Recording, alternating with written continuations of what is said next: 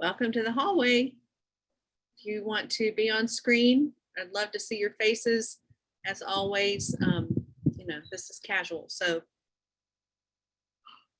you want to take, we'll take your, I'm not sure whose hand was up first. Lee. Okay, Lee. And then we'll come back to you, Jamie. Okay, what you got, Lee? I do not have any more big jars. We threw those away. I have 2 thermoses. One's this size. And then the other one I can't reach right now, but it's bigger. Can I use those for the kraut? I wouldn't. I need a jar. Do you have a glass? Do you have a glass pitcher, Lee? Or smaller No. jars and break it down into smaller portions. I only have this one. That one was for my jam. I'll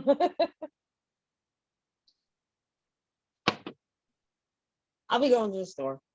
We're gonna need a bigger boat. I have this one. Jar. I need bigger stuff. Okay. And the other question was, you don't put a lid on it until after you weigh it down for a few days? Until it is the desired taste, the desired level of sourness, you leave the lid off. Once it gets to that taste that you're looking for, then you put the lid on it and put it in the refrigerator. Okay, I have one more thing to ask. Okay, this thing's huge. Can you see it? Can you see it? Yeah. Would that work? Is it plastic? It's huge. It's like a, yes. That it is. It's plastic. It's I think a 2 gallon, 3 gallon. I gotta look again. I believe it's I can't remember how many gallons. What's the It's purpose? Like, what would you use that for? Lemonade for my food trailer. Yeah, I mean, if it's You're gonna plunk it up. Plastic is, remember, plastic, who's ever used like plastic Tupperware for storage and you store something that has acid or tomato, it takes on that smell quite often. So I would say unless you're devoting that to sauerkraut, you're gonna want to get something else. Never mind. I'm not pumping up my jar. I'm looking everywhere in my house, in my kitchen, and we got rid of all of our big jars. Of all the things to get rid of. check. All right. Are you on Facebook, Lee? Yeah. Facebook Yes, Marketplace. sometimes. Facebook Marketplace might be a great place, or Goodwill. You can find a lot of things. I get stuff off of Facebook Marketplace and the Buy Nothing group that I'm a part of. So that might be a place to check. All right, Jamie. All right, I will.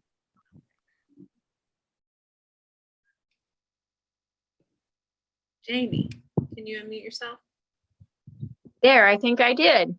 Solid. How's everyone tonight? Good. How are you? Doing better. We used to make sauerkraut, and we got the fermenting jar lids, and we would shred it on a box grater, and then we put the salt in it, and then add some water. But it had to be on the right side of the moon, is what my mother-in-law said. So, but we'd put the fermenting jars, and it would take. You still got to put it in a pressure cooker or something to cook it once it ferments even, but I love sauerkraut, so a lot of people don't, but love it. And then my papa and granny used to use a milk crock, a dairy crock, and would put the cabbage in there and they'd weigh it down with a plate and then cover it. So, yeah. Yeah, ceramic is an old traditional way of making fermented products. My papa used to make butter every year in the crock. So I'm missing, but that's all. I didn't really have a question. That's all I was just going to say. So it's good seeing everybody. Good having you back, Jamie. Yeah. Thank you. Thanks for all your guys' kind words and caring. So Absolutely. Still sending them. thank you. You're welcome. Travis, I see your hand up as well.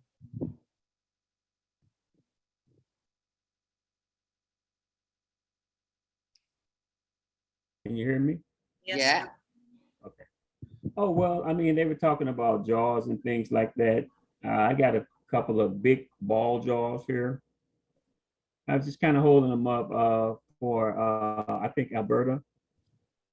She was wanting to know. And I got these at Walmart. I got like 6 of them for like, I think 11 some. Very affordable, very, very affordable. And I did a few little pickling in the past. I'll be the first to say I'm not good at it because I just started it, but I'll show you some of my pickles I made. All right.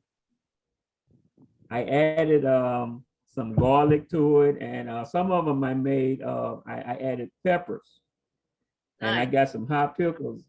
And every now and then I would turn my camera off and I bite a few. Did you bring enough to share?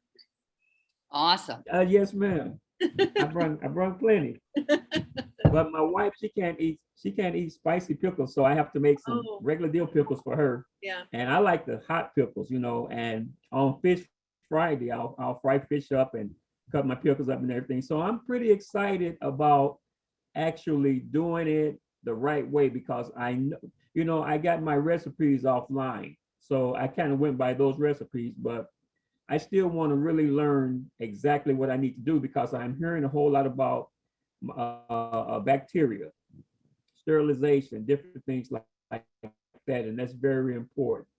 So I'm excited. I'm excited about this assignment. Yeah. Awesome. Awesome. I will say some important things when it comes to pickles. All right, let's think about pickles. We'll get a little bit more into sterilization in that in a little bit in just a bit. But who has ever gone into a deli, right? Predominantly like a good Jewish deli, and seen 2 big barrels or 2 jars on top of that, top of the counter, and you see the bright green ones and then the army green ones, right? And this could be the pickles or the tomatoes. Who's ever seen that? Has anybody ever seen that?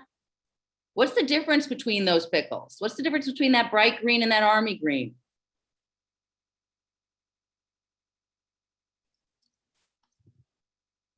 Anybody know?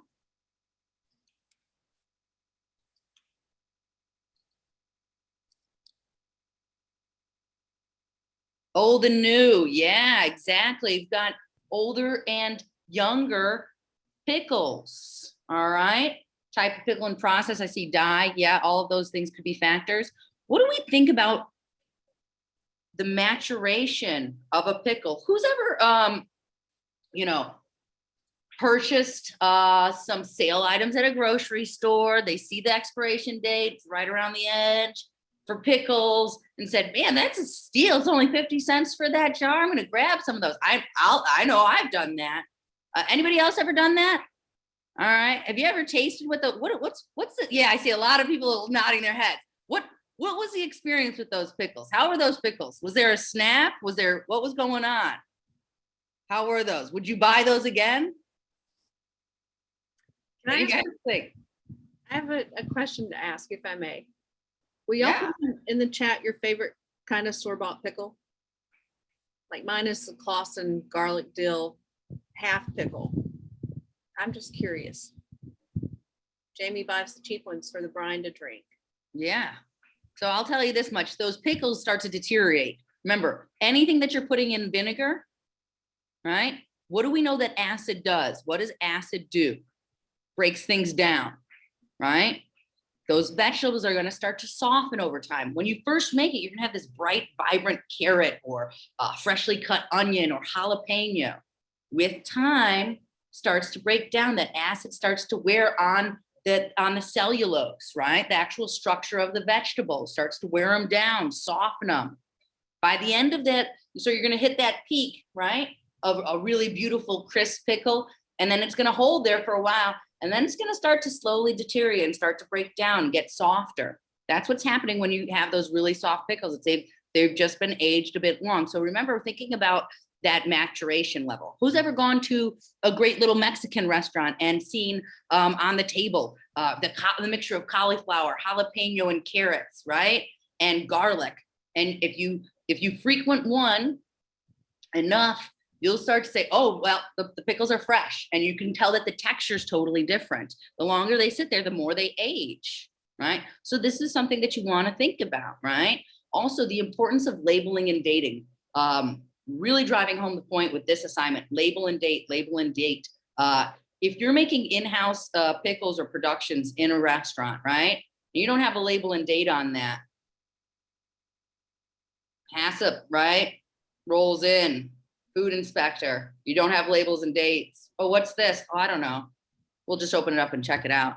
Can't do that, right? You need to have labels and dates on everything. It's really, really important that you're labeling and dating everything for storage and for safety reasons. All right. Chef, you're getting a bunch of responses into. Yeah, I see all that.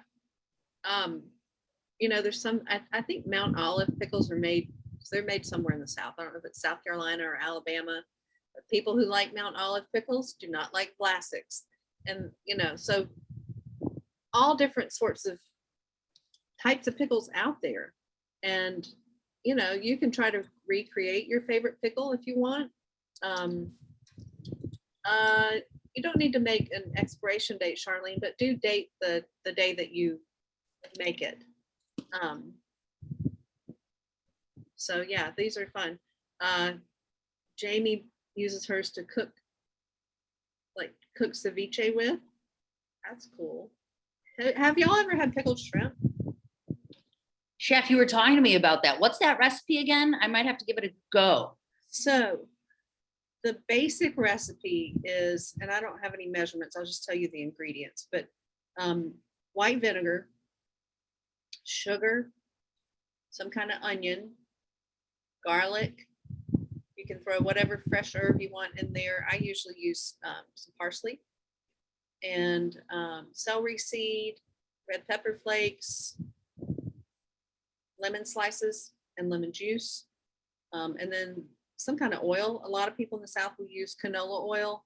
I try not to use canola oil, so I might use like a grapeseed or even olive oil I like. And you want to use cooked shrimp, even though you could technically, you know, cook it in the mixture or in a brine and then add it. I just like to cook my shrimp first and chill it, and then I put it into that mixture and let it sit in the refrigerator for a couple of days, and it's fantastic. So good. I mean, you can eat them. You can serve them as an appetizer at a party. You can put them on a Bloody Mary. You can put them on a salad. They're really, really good. I'm trying to think if there's anything else I put in, you know, I don't ever remember exactly what I put into stuff when I'm cooking at home. So you could probably switch it up a little bit. You could put some black pepper in there. Some citrus zest would be nice. So yeah, I think I do have a recipe somewhere. If anybody wants that, email me or text me and I'll get that to you. I love pickled fish too, like pickled herring. Love that. Oh yeah. Yeah. What about did I show you all caper berries the other week? I can't remember. I did. Okay. I actually just bought some, so I was getting excited about. Yeah. I was like, sometimes I don't know if something that I bought inspired me or something that we've talked about in class, and I'm like, which was it, the chicken or the egg? And so I just wanted to verify. But you know, you can pretty much pickle anything. In Russia, where I did a stint at when I was working for a Russian family, pickling watermelon, not just the rind, but the watermelon itself, and whole plums. So you just reminded me of something. I don't watch TikTok. I'm too old for that, but I looked at it last night and I got totally sucked in, and Lizzo was on there, and Lizzo's awesome. Huh? Yes. Lizzo's awesome. Yes, she is. Yeah. So this guy said, hey, yellow mustard's great on watermelon. So Lizzo gets her watermelon out. She puts some French's mustard on it. She bites it and she's like, I'm not sure about this, but then she keeps eating it. So, you know, she liked it. I don't know. watermelon with the yellow mustard kind of sounds like a pickle. Kind of sounds like a picnic to me. Picnic. I don't know. Right? I had a good laugh watching TikTok for about an hour. It's Well, total. hey, there you go. Can you watch TikTok without being a member of it? I don't know. Well, I don't know. It's a wormhole though, but my niece popped up in my feed, which was really weird. Not culinary related at all. So, anywho, Lee, I see your hand is up. TikTok is off the chain.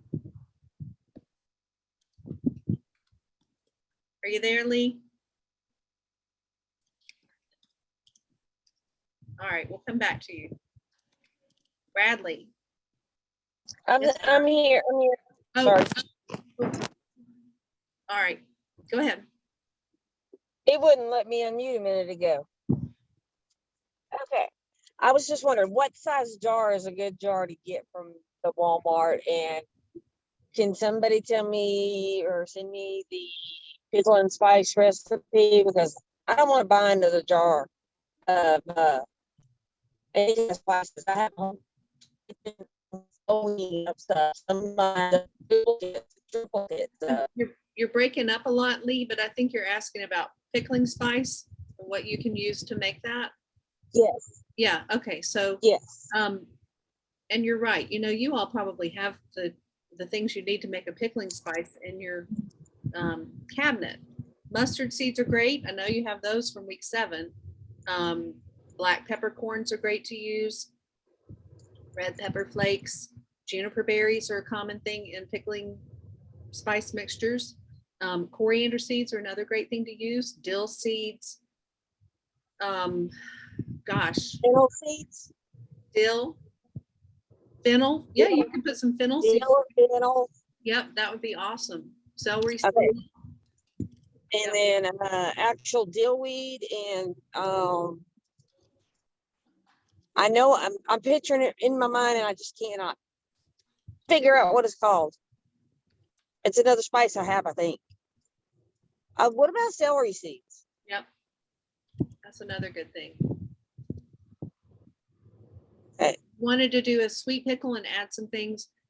Cinnamon sticks, as Sean's saying here in the chat. Cinnamon sticks, cloves, whole allspice. Those sort of things will work well with the sweet pickle. Okay. Cool beans. All right. What size jar is good for the sauerkraut? Like a 32 ounce? Yeah, that'd be good. All right. I hope I find one. Thank you. You're welcome. All We right. got some more hands up. I see Travis. Travis, is that from before or after? Well, Bradley, we got Bradley, and then I think Travis was after. Oh, okay. Sorry. Okay. All right, Bradley.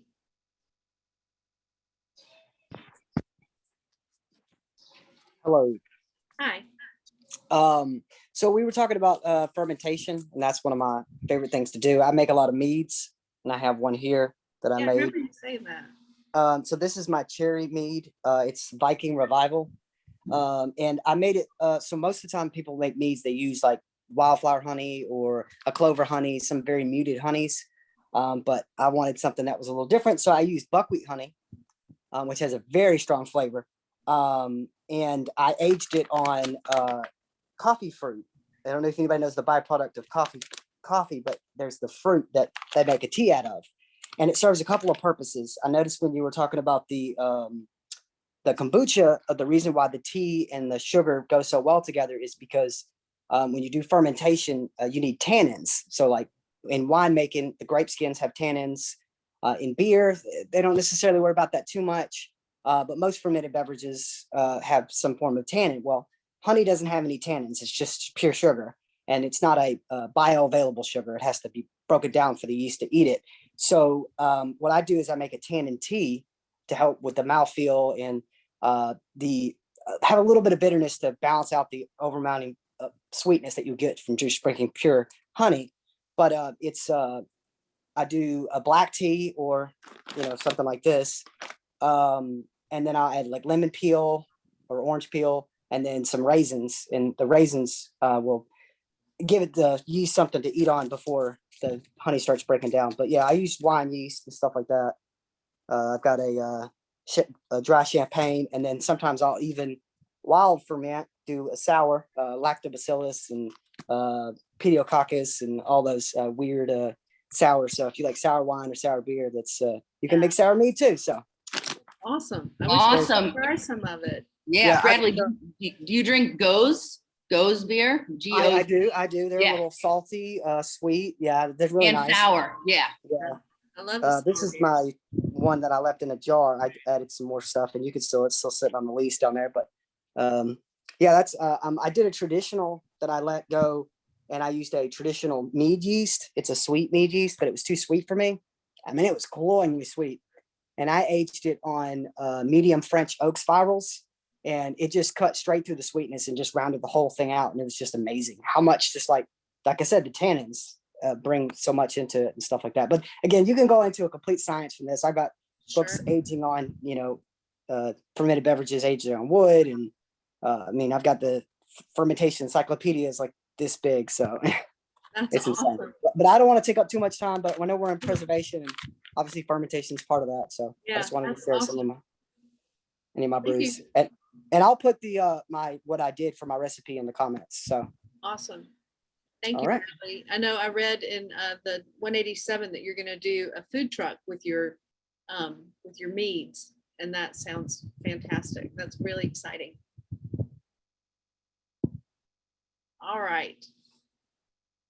Travis, what you got?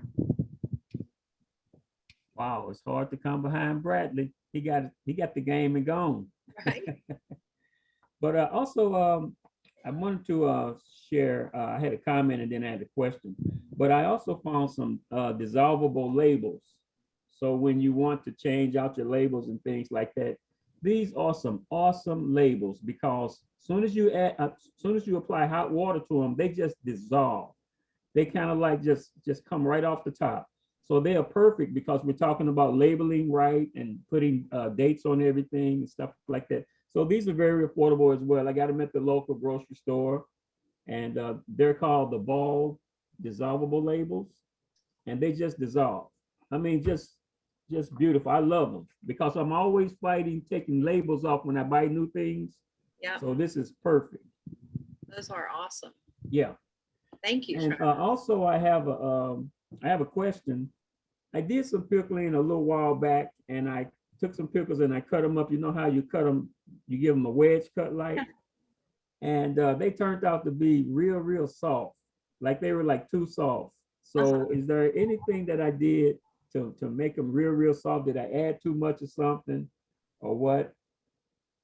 They were like really soft. You know how they be kind of like you know how a fruit gets sort of like if you leave it in the refrigerator, it's real mushy.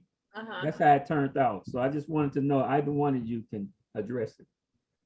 How long have they been in the pickling liquid? Well, it's been about 5 weeks now since I pickled this. Since I pickled them, but I mean, they were instantly kind of like soft like that after 2 weeks. They're like when you bite into them, they're real mushy. Like What kind of cucumbers did you use? this was just the regular, like cucumber pickle, it Like was the- like the little small ones. Little ones? Yeah.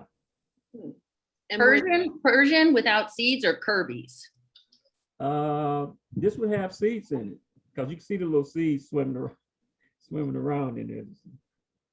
I'm gonna pull up a visual of one of the traditional pickling cucumber, which you'll often see during the summertime come out. You'll see Kirby's or pickling cucumbers versus the larger. You've got English hothouse, right? That are really big. I'm just gonna pull up some visuals so you guys can see because they're gonna have a different resistance based on their cellulose structure, how they react with vinegar and salt. So let me just pull up some visuals here quickly. I don't know if I have the best answer for you, but I'll give you some visuals of these different types of pickles. So this is going to be your standard one. And then Chef Lee, if you just want to talk about whatever you think might be the reason, I'm just going to show some stuff. Yeah. I mean, I wonder how the Kirby. cucumbers were that you used. That would be my first question. As you can see, a Kirby tends to have, it's like really traditional pickle look, right? They're gonna be about 3 to 5 inches long. They're a little bit fatter. They've got those little pimples on them, those little dots, and are fairly tough. And then you're moving into things like your English cucumber, which are the really long ones. They're generally a bit more expensive. They're far more tender. They're not they're a bit softer.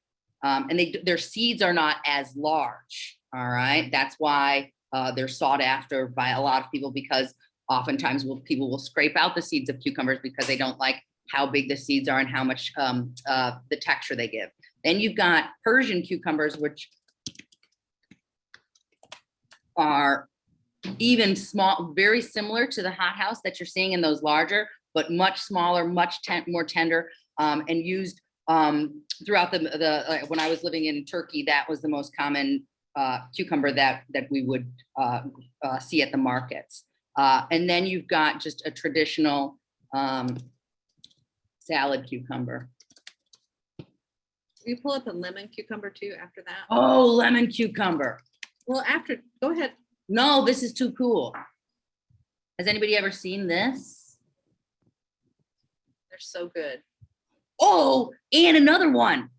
You guys always get me so excited and start going on. Cucamelons. Has anybody seen a cucamelon?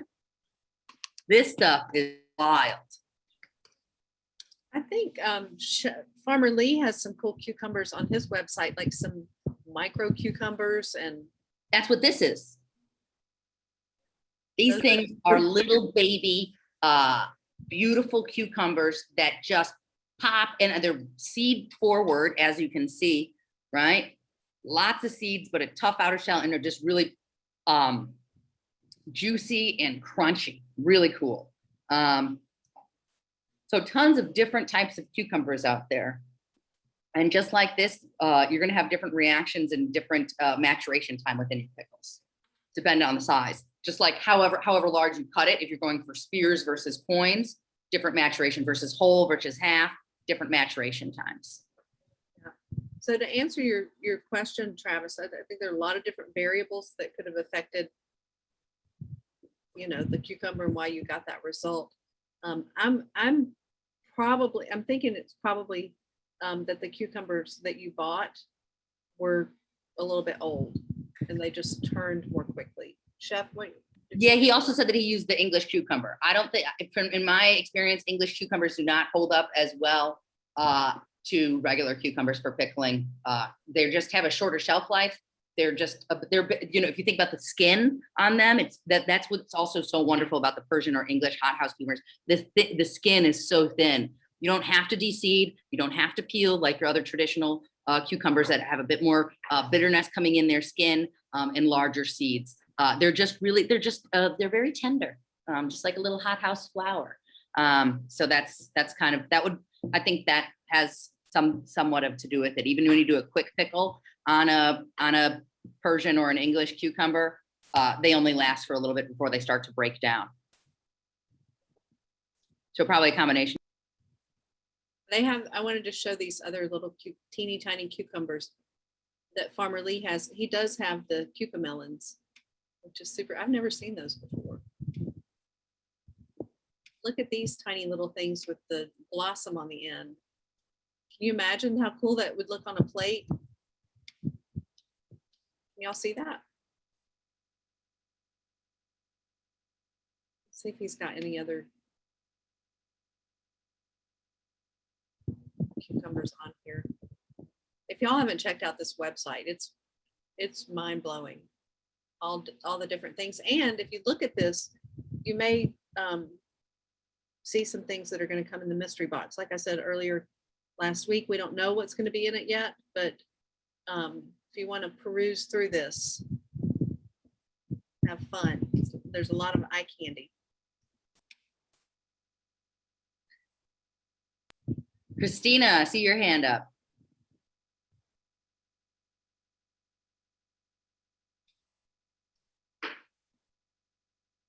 I wanted to give you an answer to your question about adding on the jam, about taking out the lemon and adding orange to it.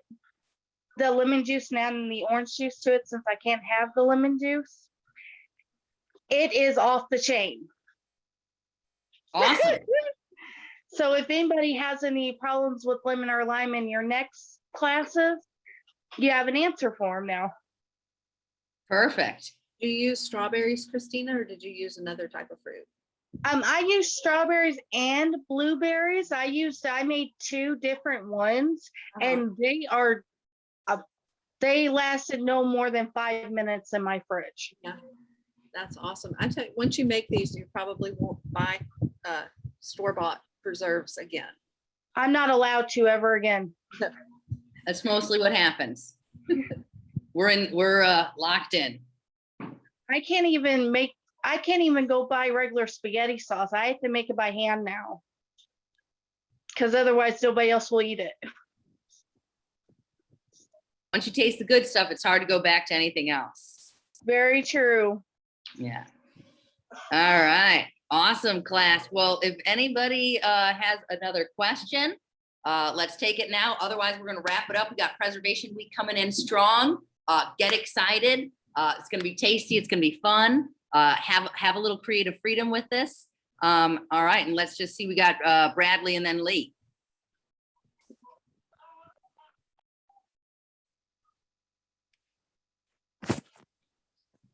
Hi, I was wondering, do we need to cut the pickling vegetables or trim the ends off?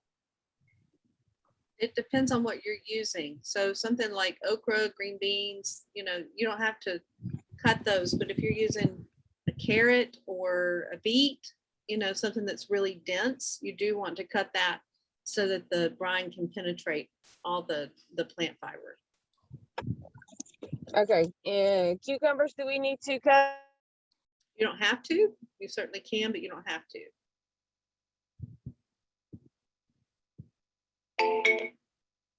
Oh, Yes. Sorry. I just asked Justin so if we could see that puppy. oh, Looks listen. like it's worn out. Justin's there. He's showing it. Looks like it's almost dead, but it's not. It's just It's so cute. All right, Bradley.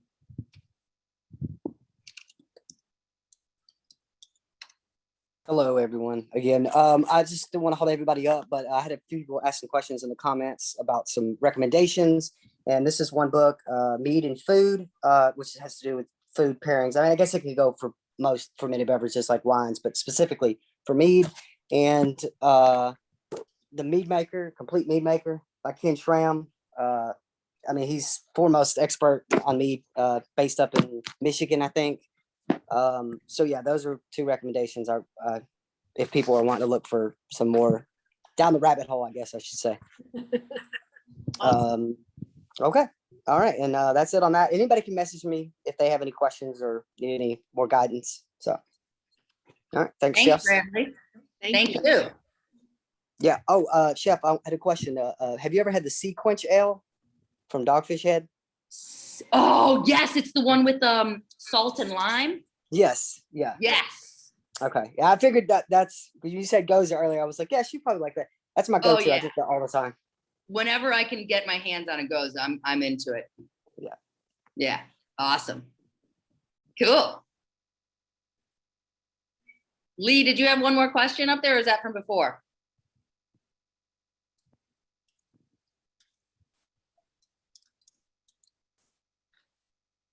It looks like you're taking off in a helicopter. You're good, I guess. We can't hear you. She can't unmute. Yeah. Okay, I didn't hear the rest of that. I was asking about the cucumbers. What if we can't find small ones? Do we need to cut the big ones? Well, yeah, just to fit in the jar. Okay. Yeah. That's it. My internet quit on me. It keeps going in and out because of the weather here. All right. So yeah, basically in regards to your shapes and sizes for your pickles, if anybody's having questions, whatever you want, right? Just remember, the smaller you cut it, the quicker it's going to pickle. The larger it is, the longer it's going to take to properly pickle. Maturation is going to take longer. And you do want to make sure that your vegetable, whatever choice it is, fully submerged in your brining liquid. Otherwise, you're going to have a part that's not fully submerged. They're not going to brine, right? You're going to have a half brine and a half not brined. All right. Cool. Any other questions? Please reach out to us. We are here to help. Week 9, literally in the last crunch. Remember, that means week 10 makeup assignments are due. So if anybody's missing anything, get it in. All right, Chef Lee, yeah. Makeup work in my class is due June 9th at midnight, which is a week from today. If you need an extension, reach out to me. But that's the deadline. So. that's what I- Excuse me, Chef Catherine, can you give me a call after this? Yeah, sure. Thank you. You're welcome. Bye, y'all. Have a good night. Bye. I see we got one more question from Kathy. What's up? I feel like we're taking calls on the radio, kind of. I know, totally, right? Dialing in from Knoxville, Kathy. I have a question about the study halls. I was noticing it's not registering the study halls on my page. Yeah, you don't get any sort of points for attending study hall. So, as long as you're posting attendance every 6 days, you're good. It won't affect your overall. Okay. That was my question. All right. See y'all tomorrow.